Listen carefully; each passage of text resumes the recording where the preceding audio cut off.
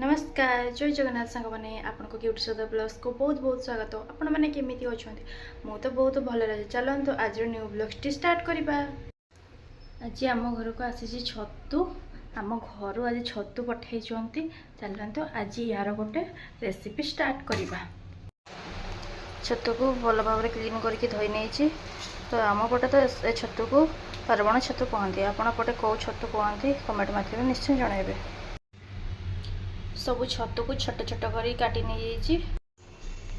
एपटे मु अदा रसुण को छेचिकी नहीं। छेचा मसला नेले टिके तरकारी तर अलग टेस्ट आसते से मु छेचिकी मसला नहीं जाइए।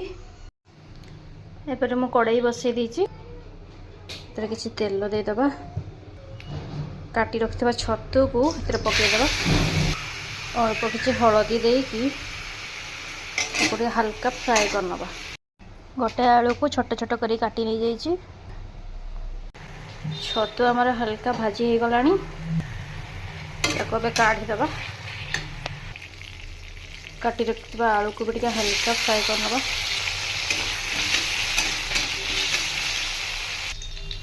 एपटे आलू भी आमर भाजी हो गलानी।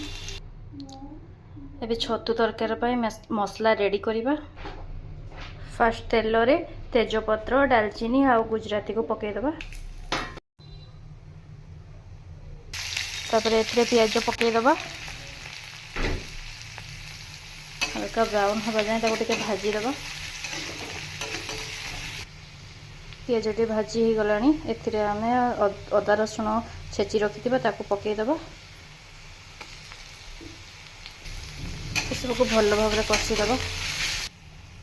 तापर एथरे टमाटो भी पकईदबा। टमाटो सीझापी ए हल्का लुण पकईदबा। एपटे टमाटो मोर सीझी गलानी। एबे गोटे गोटे करके सब मसला पकेबा। तो लंका गुंड टिके पकईदबा।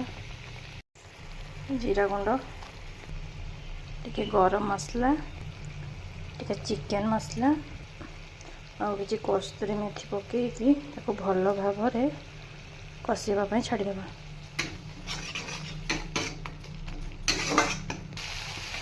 मसला एपटे पूरा भल भाव कषि हो गलानी।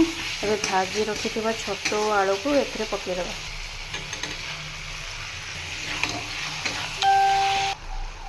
अल्प किछि पानी देदबा। लो फ्लेम रे या को फुटिबा पई टिके छाड़ीदबा। एबे हमर छतु तरकारी पूरा रेडी हो जाइए। आपण मानक आज वीडियोटा केमिति लागला